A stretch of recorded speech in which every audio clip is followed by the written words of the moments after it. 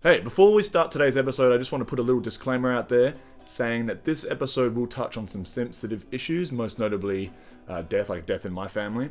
So if you're feeling a bit blue or you don't want that sort of subject broached at this stage, then check out one of my other videos. Like here's one of me.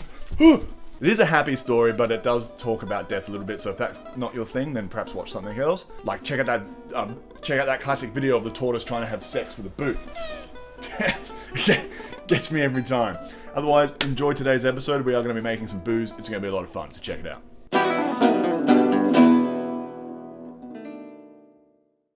Alright, so here we are, back in the kitchen. It's been a while, but today's going to be a good one. My grandpa, who passed away a few years ago from the Big C, is known for a few things, lots of things actually, but some of my fondest memories are him playing music. He was a very avid musician. Right up until the end, he was just playing in old fogies' homes. He was just always out there, just loved to perform. I was fortunate enough to play a few gigs with him myself. But some of my fondest memories are sitting around the table playing cards, blowing the froth off a few coldies, and learning a whole bunch of new and interesting words and phrases as a kid. He was a big man, he was a shearer, but he also just loved fruit. Fruit was like his favourite food. Every time we went to visit him down York Peninsula, we would bring a ton of fruit from the central markets, melons and whatnot, and grapes. He just, every kind of, you couldn't name a fruit that he wasn't infatuated with. And he also grew a lot of his own fruit, so did Grandma. So together they would grow apricots, peaches, plums, a whole array of citrus, just you name it. Anything you can grow down here, down York Peninsula, which is quite a lot, they would grow it. He would also preserve fruit. They would keep things for years in these sickly sweet syrups or pickle them or whatnot. So every time you'd go there for dinner, you'd always end up after dinner. You're already stuffed, by the way. Like you're talking huge country style meals, good earthy food, the way it's meant to be. Then afterwards, a big bowl of ice cream and a ton of preserved fruit, apricots, whatever. You could barely get another bite in, and here you are with this giant plate of sickly sweet fruit. Now, I'm not a big fan of sweet things. In order to maintain this high level of physical excellence, I try to keep my sugary intake to a minimum. That and the fact that I do drink heavily, so at least I try to eat well. But every now and then it's a treat. So last time I went and visited my grandma, I was fortunate enough to get my hands on some of Grandpa's preserved fruit. Now, the thing is, this says apricots on one side, it says pears on the other. They grow both apricots and pears. It's the same date, almost. So I don't actually know what this is. I'm pretty sure it looks like apricots to me. We'll bust this open in a minute and have a taste. So Grandpa grew, hand-picked obviously, his own fruit and would preserve it for years to come. The last time I was visiting Grandma, she was gracious enough to give me a jar of his preserved fruit. In fact, a couple of jars, and I got some frozen fruit in the freezer. This might very well be the last, or one, if not one of the last jars of fruit that Grandpa picked himself.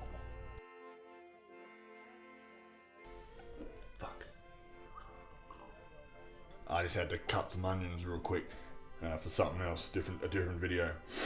As I mentioned, I'm not a big sweet tooth, so I didn't really know what to do with it, but I was honoured anyway.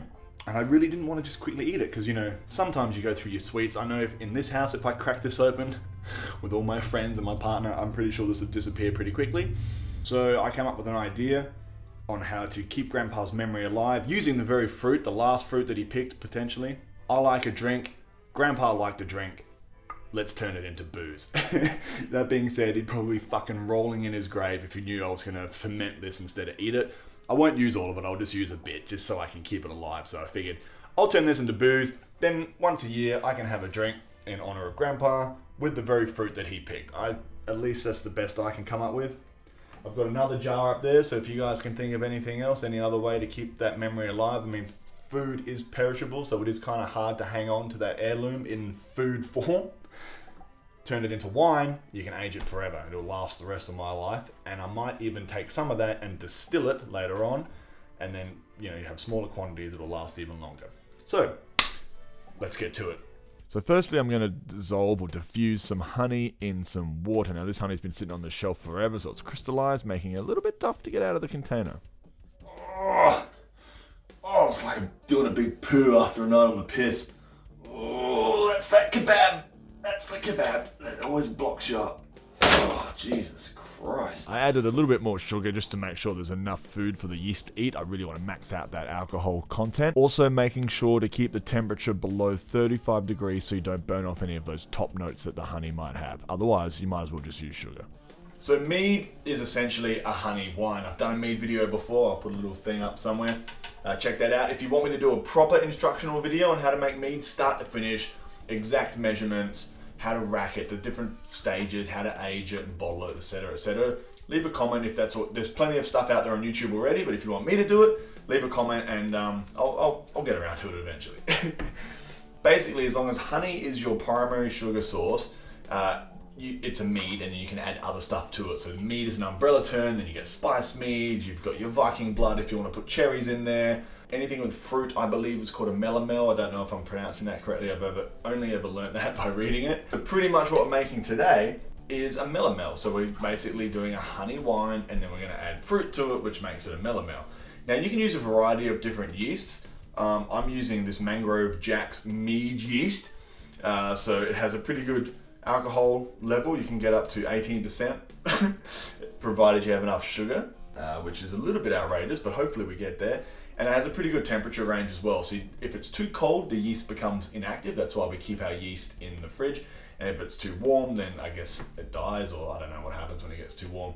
Either way, different yeast strains will have a different temperature range in which they will remain active, i.e. turn sugar into booze. So I just get a mead yeast. It seems to be fine.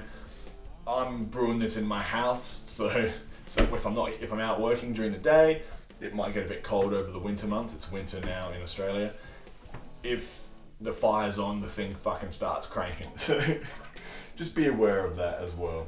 I'm going to add some pectic enzyme, which will help clarify the mead, some yeast nutrient to keep the yeast nice and healthy, and the yeast. I'll let this soak in some water for a little bit and then add it to the big batch. This is my new favourite thing to brew in, and by new, I mean I've always brewed in this. You get distilled water. Where I live, we don't even have mains, so everything's rainwater. I've got a Pura tap, but still. Distilled water, pop the top on. It's not about the water. You can get water from your tap, you'll probably be fine. Why I like this is, you don't have to fucking clean it. You just wash it out. You take it back there. I mean, $9 for the 9 litres, but at least, I don't know. I'm going to brew in one of these anyway.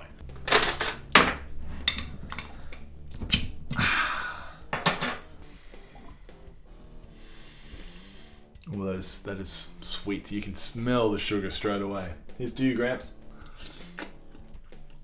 Oh. Definitely apricots. Man. If you like sweet things, you would love that. Oh, that is fucking tasty though. A little bit too sweet.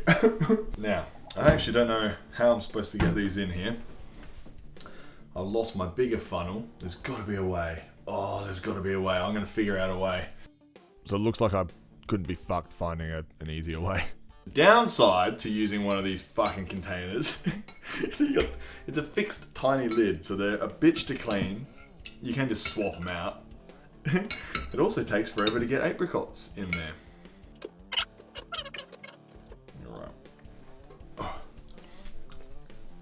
Alright. It's so sweet.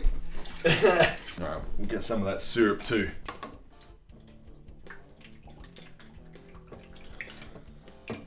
They're still covered. Alright. Icky yeasts. I have a feeling this is going to end badly, but let's give it a bell. There's a bit of gunk in there still, but oh well. Then I just fill up the rest with water, leaving a little bit of head space because the fruit will swirl and there'll be foam and all kinds of gunk. So you do need a little bit of space there to allow for that. Otherwise it'll come spewing out the airlock. Put a little water in your airlock. What this does is allow for the gases to escape as it's fermenting without letting too much oxygen in or bugs and nasty little things like that. As I'm not really using any sort of heat regulation or heat mats or anything like that, I like to wrap all my little dudes in towels. I believe this will help regulate the temperature a little bit better. Trap some of that heat in once it reaches that temperature, keep some of the cold out. It also stops light from getting in there, which apparently fucks shit up, so I don't know, seems to be working. Mum, if you're watching, don't worry, it's not a Sheridan. So that's pretty much it. I have some booze that I can have a little tribute to Grandpa once a year from, made from his own fruit, and it's not actually that bad. I did make some before. I didn't use it preserved. I used some frozen fruit. So here's one I prepared earlier. So I actually made a batch of this a year or so ago, slightly different but similar, using Grandpa's fruit, and I took a few bottles to where Grandpa is resting and had a little toast to him with Mum and Dad. It was very moving and quite nice. Now this is the last bottle I have. I did drink most of this. I'll definitely be hanging on to the next batch for a little bit longer though. So again, this is frozen apricots that I got from Grandma, and then a bunch of other things. But I think I put cinnamon in there or whatever. I don't know. Let's have a taste. Cheers, old fella.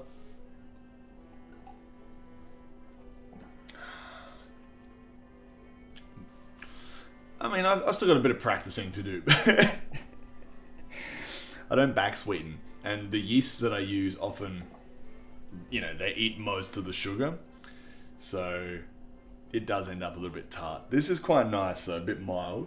What I should have done was when I racked it, I will back sweeten it, which is what I'm going to do with this one. So I might do a follow up on this one here and see how that goes, because this is going to sit there for about 5 weeks, I reckon, especially in this temperature.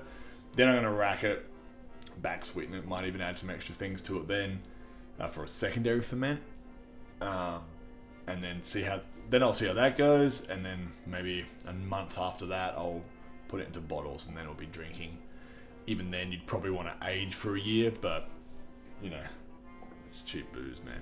This particular batch I'm going to hang on to for a very long time, so I'm not so fussed about that. It's more about the tribute. So yeah.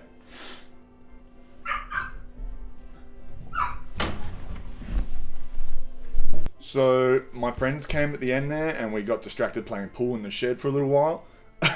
So I didn't really have a way to end this video, so I'll just say, if you liked the video, click like and subscribe and all that nonsense. If you want to see a proper mead video, like a breakdown of how step by step, the exact measurements, the racking process, like how to get rid of all that yucky sediment to clear it all out and clarify it, how to age it, bottle it, etc, etc, leave a comment if that's something you want me to do. There's plenty of videos out there, but I reckon I could get it done short and snappy and sweet with some dick jokes, so that's always fun. Otherwise, thanks for watching.